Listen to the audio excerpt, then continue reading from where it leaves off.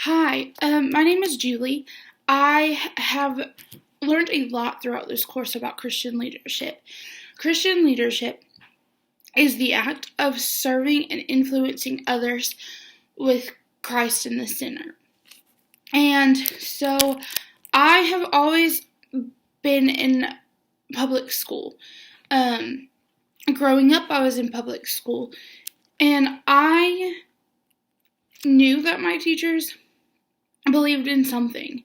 It was kind of evident all my life, but I didn't really know how to point it out or how to seek anything more than just their leadership. And I, throughout this course and throughout growing up, have learned that you don't always have to talk about Christ. It is a good idea to talk about Christ, but you don't always have to. Because people can tell by your actions and how you treat others. Because one of the greatest commandments it says to do in Matthew is to love your neighbor as yourself. And so by doing that, you're showing the heart of Christ. And you have the heart posture to lead. So I really, really was influenced not too long ago about the story of King Jehoshaphat. It says that he was going up with his army, and he stood in the assembly of Judah and Jerusalem in the house of the Lord. But before the new court, he said, "O Lord, God our fathers, are you not God of heaven? And do you not rule over all the kingdoms and the nations? And in your hand is no power and might, so that no one is able to withstand you, and you not alone are God, who drove out inhabitations of their land before you, your people of Israel, and give it to the descendants of Abraham, your forever friend. And they dwell in it." So he was kind of talking about the promised land here, and how God gave them a promise, and how he led the Israelites through the Red Sea when they were obedient, and they were led by Miriam and Moses. And it's just really, really cool, in my opinion, to see that King Jehoshaphat was facing this battle. And that he was like, "I don't know how to do it. You led our ancestors. You've led the people in the past. Can you please lead us?" And he had a heart change because he was always seeking the Lord. And it is proven throughout 2 Chronicles. But in 2 Chronicles 20, as they're preparing to go fight, he became overwhelmed and he became scared because he didn't know if they could win. And so he was crying out to God. And my favorite verse from chapter 20 is verse 17. Verse 17 says, "You will not need to fight in this battle. Position yourself, stand firm, and see the salvation of the Lord, who is with you. O Judah and Jerusalem, do not fear or be dismayed. Tomorrow go out against them, for the Lord is with you." That is so powerful in itself, that you don't have to do anything. God has already won your battle. And whatever goal your leadership or you're being a leader towards and your group is trying to get to, God has already gone before your team and your group that you're leading. And so that you have to just have the heart position and heart posture of saying, "Okay, God, I don't know how to do this without you." And I think that's really, really one thing that the course taught about, is that there is Christian leadership, but there's also different levels and dimensions of it. The first one that really stuck out to me was transformational leadership. And it focuses on the exchange between the leader and the followers.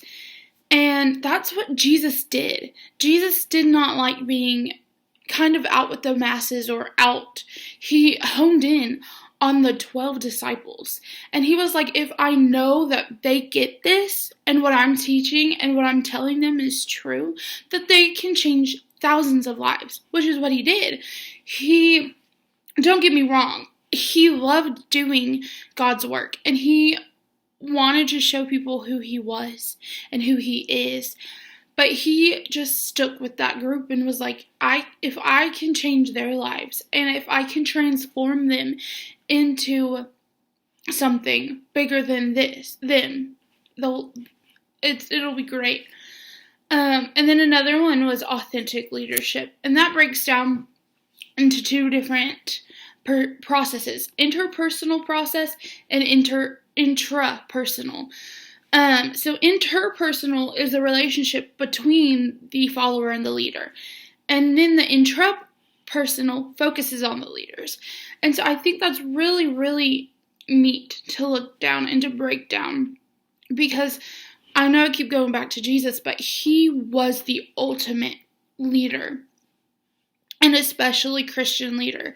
And he's someone that you can look up to in your leadership and in just your daily life. That when I saw this, it really made me think. I think I wrote it in my discussion post about this, but I was thinking of water and how you have a certain goal and how you have all this around you and distractions and confusions and all things that the devil wants to throw at you. And so you have your own water.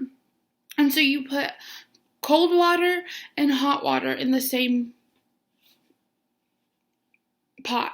Let's just call it a pot. I don't know what I was thinking. Sorry. But you put it on the stove and you want it to boil. And it will not boil until it hits 212. And that's like the degree of 212.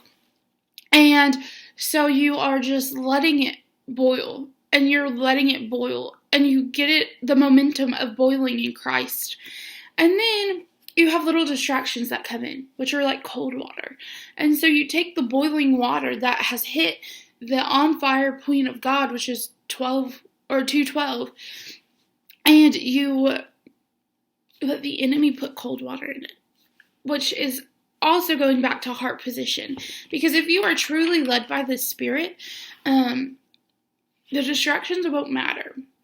And that kind of goes hand in hand with the adaptive leaders, the leadership that I liked. And it's you help your followers go with all the things that are thrown at them to get to the common goal that it is set.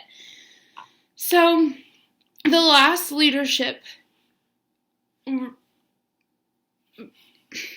is servant. I don't know why I did that. I'm sorry. Servant leadership is you serve first. So when you serve first, you have the intentions of those you're serving.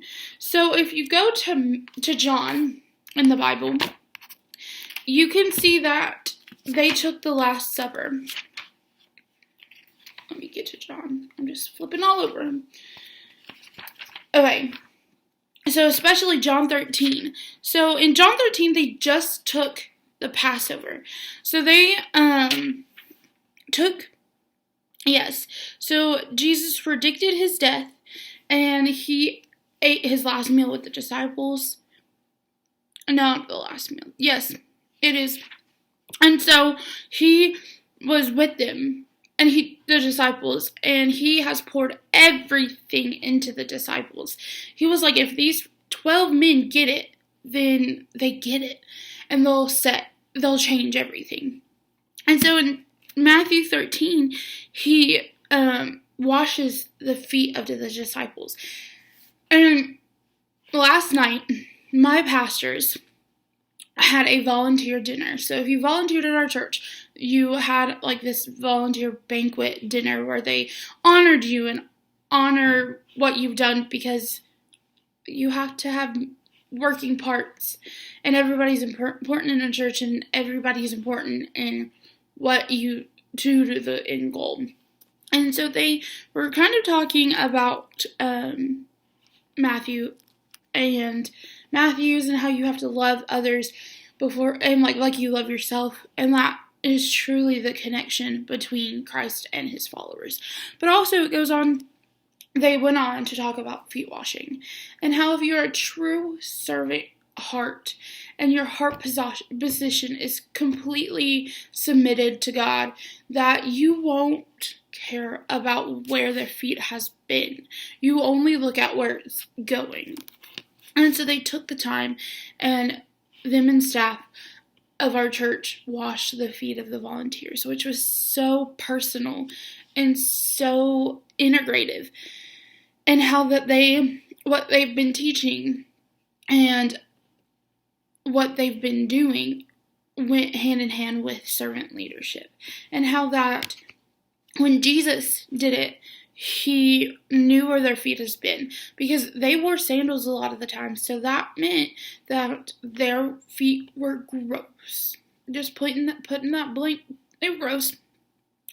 And so Peter was like, Jesus, you're not washing my feet. They're gross. And he was like, well, then you can't have anything to do with me. Like, if I can't wash your feet, what will you let me do? And so he washed their feet, and he humbled himself in front of them. And it just was so cool to see that. So I feel like Christian leadership is not only what I've talked about, it's your heart position and how you treat the people who follow you.